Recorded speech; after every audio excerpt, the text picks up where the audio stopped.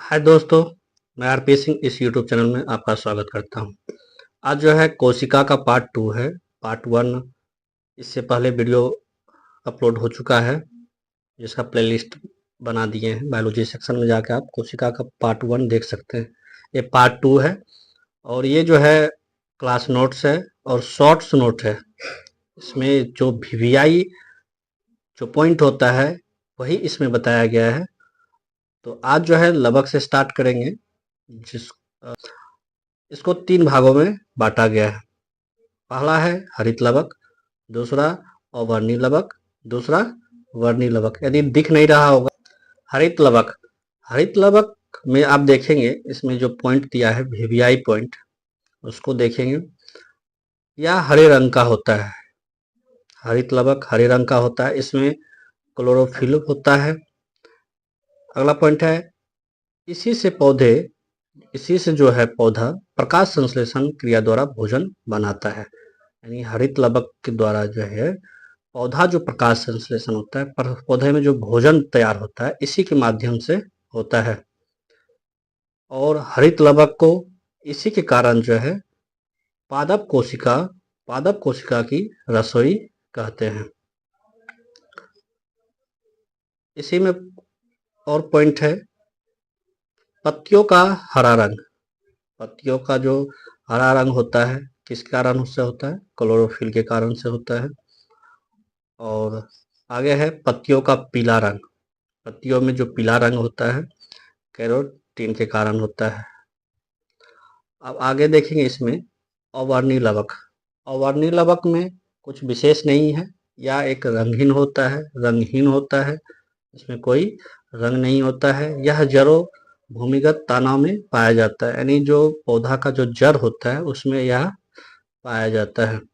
आगे वर्णी लवक। वर्णी लवक क्या है? ये जो है रंगीन लवक होते हैं जो लाल, पीले, नारंगी आदि रंग के होते हैं। नहीं, ये कलरफुल होते हैं। वर्णी लवक जो है कलरफुल होते हैं। इसमें कलर पाया जाता है, जैसे कि आप देख पाएंगे कि प्याज का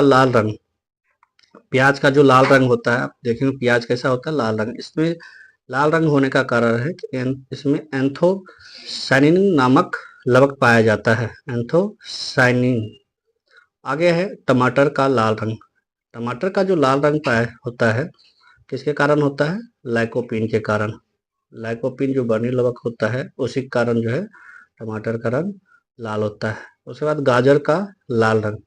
गाजर में जो लाल रंग होता है किसके कारण होता है? कैरोटीन के कारण होता है। उसके बाद है चुकंदर का लाल रंग। चुकंदर का जो लाल रंग होता है किसके कारण होता है? विटामिन के कारण। चुकंदर का रंग लाल किसके कारण होता है? विटामिन के कारण। तो आप ये देख लिए। आगे देखेंगे हल्दी का रंग। हल्दी का रंग कैसा होता है? पीला होता है। तो इसका कौन सा कारण है? कुरकुमिन वर्णी लवक होता है जिसके कारण हल्दी का रंग पीला होता है। आलू में कंदों का हरा रंग।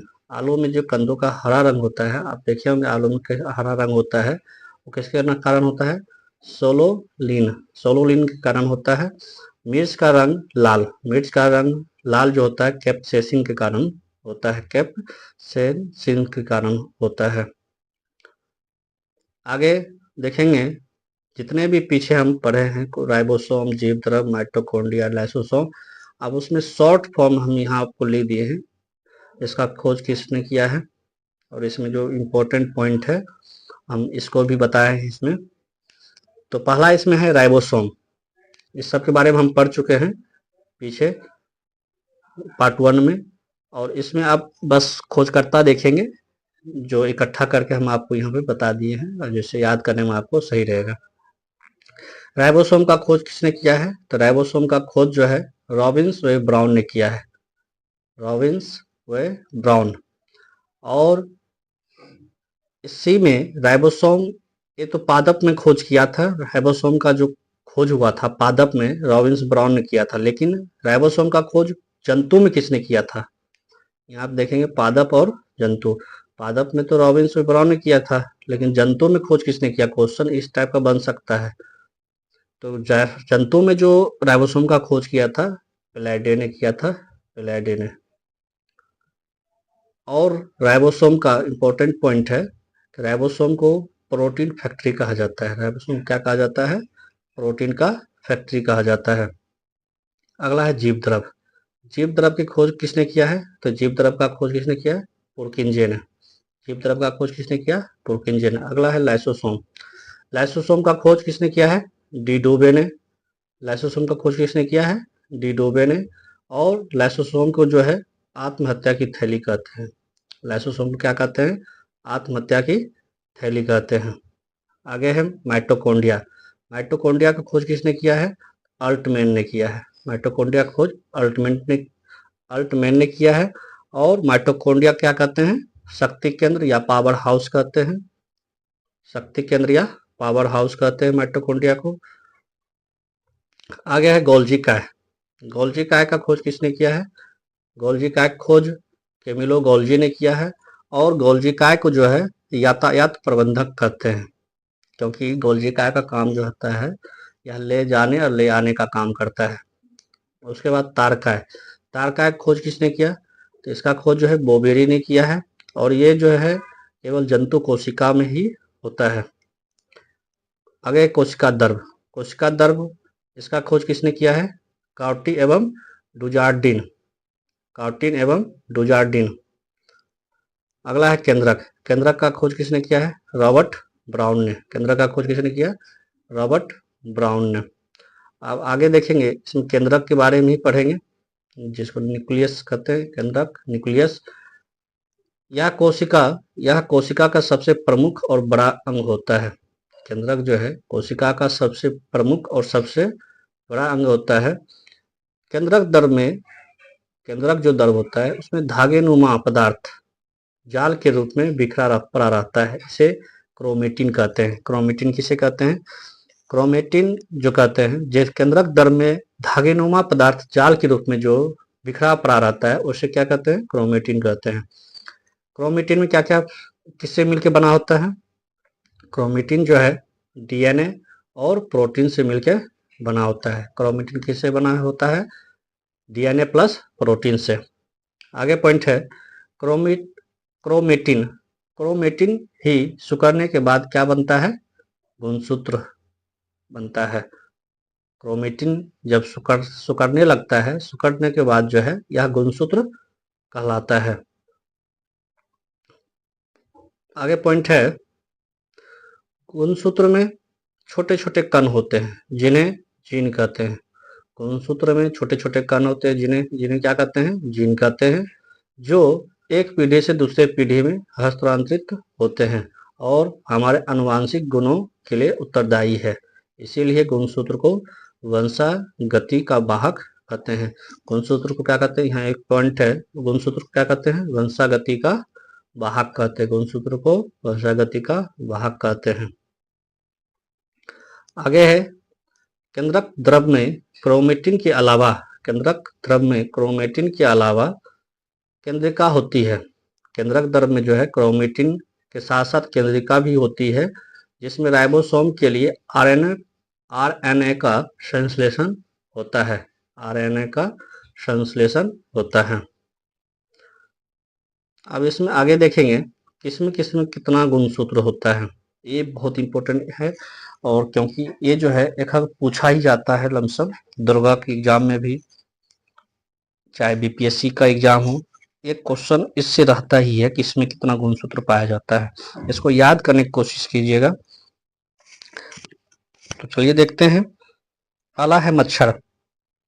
मच्छर में कितना गुणसूत्र होता है? मच्छर में 6 गुणसूत्र होता है। मच्छर में कितना गुणसूत्र होता है? 6 गुणसूत्र होता है। घरेलू मक्खी, जो घरेलू मक्खी होता है उसमें कितना गुणसूत्र होता है? 12 गुणसूत्र होता है। मटर जो हम कहते हैं, मटर में कितना गुणसूत्र होता है? 14 होता है। प्याज में कितना गुणसूत्र होता है? प्याज में 16 गुणसूत्र होता है। मक्का में जो है 20 गुणसूत्र होता है। टमाटर में 24 गुणसूत्र होता है। मेढक में 26 गुणसूत्र होता है। और आगे है नींबू में 18 या 36, 18 जोड़ा या 36 नींबू में कितना होता है? 18 या 36। आगे है टेरिडोकाइटस। और इसमें जो टेरिडोकाइटस है यह 1300 से 1600 है और सबसे अधिक गुणसूत्र टेरिडोकाइटस में ही पाया जाता है। सबसे अधिक किसमें गुणसूत्र पाया जाता है? टेरिडोकाइटस में ही पाया जाता है। आगे है बिल्ली। बिल्ली में कितना गुणसूत्र होता है? 38 गुणसूत्र होता है। चूहा में कितना होता है? 40। गेहूं में 42। खरगोश में 44। मनुष्य में गुणसूत्र कितना होता है? 46।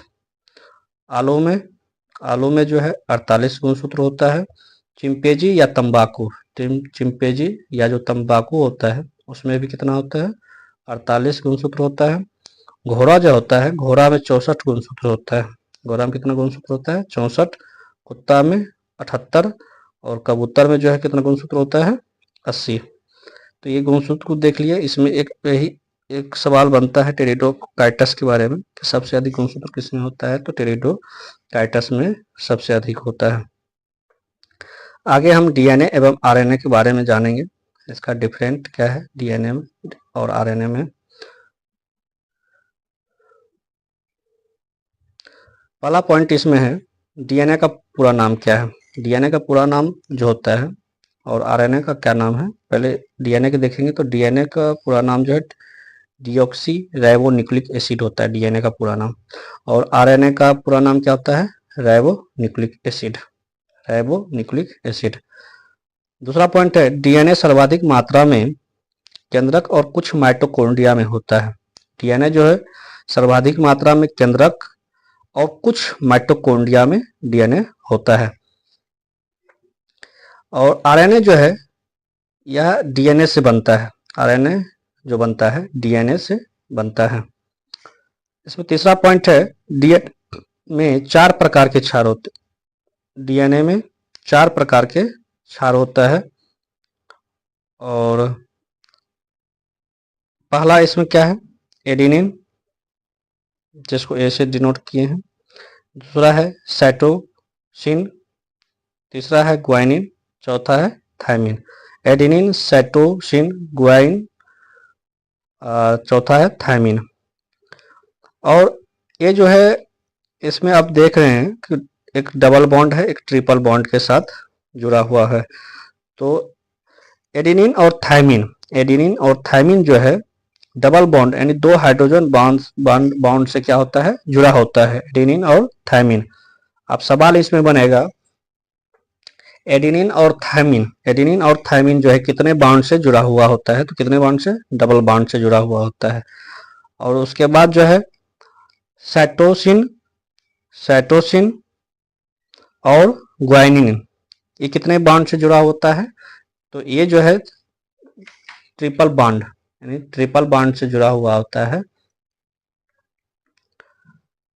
और आगे इसमें देखेंगे डीएनए। तीसरा पॉइंट आरएनए में देखेंगे तो डीएनए से आरएनए तथा प्रोटीन बनने की अंतिम क्रिया को क्या कहते हैं? ट्रांसलेशन कहते हैं। डीएनए से आरएनए तथा प्रोटीन बनने की अंतिम क्रिया को क्या कहते हैं? ट्रांसलेशन कहते हैं। चौथा पॉइंट है इसमें आरएनए में 4 प्रकार के क्षार होता है। आरएनए में भी 4 प्रकार के क्षार होता है, डीएनए में भी 4 होता है। लेकिन इसमें एक डिफरेंट है जो आप ध्यान से देखेंगे। इसमें एडेनिन, साइटोसिन, ग्वानिन और यूरेसिल होता है। आप एक चीज देखेंगे कि चौथा नंबर पे यूरेसिल जो है ये अलग है। यही डिफरेंट डीएनए और आरएनए में। इसमें थायमिन, चौथा जो इसमें थायमिन था, लेकिन इसमें क्या है? यूरेसिल। तो यही इसी से सवाल बनता है। आपको डीएनए में दे देगा 4 प्रकार के क्षार है लेकिन एक नहीं देगा, तो उसी में पूछेगा इनमें से कौन नहीं है। तो यूरेसिल आरएनए में पाया जाता है, थायमिन किस में पाया जाता है? डीएनए में। अगला पॉइंट है डीएनए में देखेंगे इसकी इकाई क्या होता है। डीएनए की इकाई क्या होता है? जीन होता है। और इसका कार्य जो है आनुवांशिक क्रियाओं का संचालन करना। इसका क्या कार्य क्या है? डीएनए का आनुवांशिक क्रियाओं का संचालन करना होता है। और छठा पॉइंट है इसमें, यह प्रोटीन संश्लेषण को भी नियंत्रित करता है। डीएनए क्या करता है? प्रोटीन संश्लेषण को भी नियंत्रित करता है। आरएनए में क्या है, तो आरएनए 3 प्रकार का होता है। एक आरआरएनए जिसको राइबोसोमल कहते हैं, एक टीआरएनए होता है जिसको हस्तांतरण कहते हैं, और एमआरएनए जो संदेश वाहक कहते हैं इसको, एमआरएनए को। इसी में एक पॉइंट है, केंद्रक एवं कोशिका द्रव दोनों में पाया जाता है। केंद्रक एवं कोशिका द्रव दोनों में पाया जाता है। आरएनए क्या है, यह केंद्रक और कोशिका द्रव दोनों में पाया जाता है। अब इसमें वहाँ जो लिखा है टीआरएनए, आरएनए का जो 3 प्रकार है, इसी के बारे में यहाँ दिया हुआ है कि आरएनए को जो है यह राइबोसोम पर लगे होते हैं जो प्रोटीन संश्लेषण करते हैं। आरएनए क्या करता है, आरएनए क्या करता है, प्रोटीन संश्लेषण का काम करता है। टीआरएनए क्या करता है, ये अनेक अमीनो अम्लों को राइबोसोम तक लाते हैं ताकि प्रोटीन निर्माण हो सके। तीसरा एमआरएनए, एमआरएनए क्या करता है, एक केंद्रक के बाहर अमीनो अम्ल को चुनता है। आगे पॉइंट देखेंगे।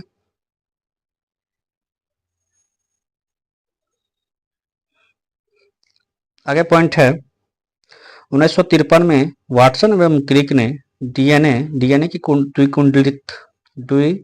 द्विकुंडलित संरचना मॉडल प्रतिपादित किया।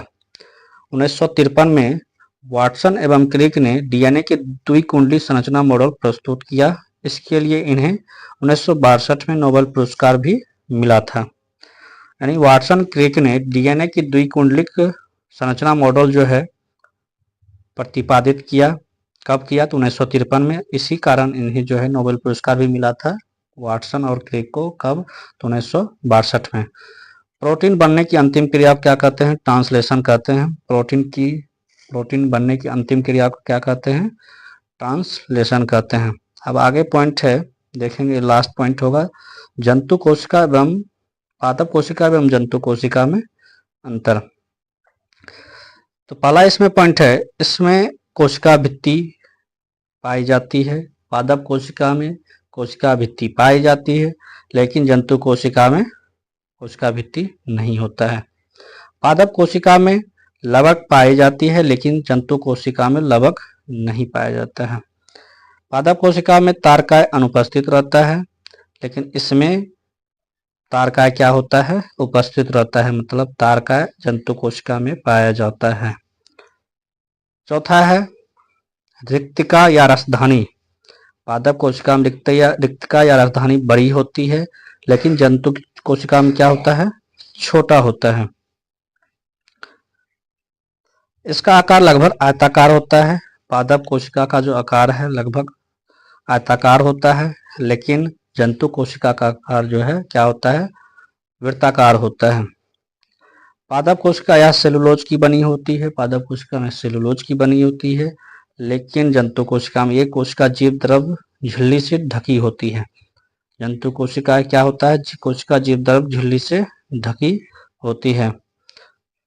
पादप कोशिका इसमें लाइसोसोम नहीं मिलती है, लेकिन इसमें जो है लाइसोसोम मिलता है। इसमें क्या होता है, लाइसोसोम मिलता है। ये लास्ट था।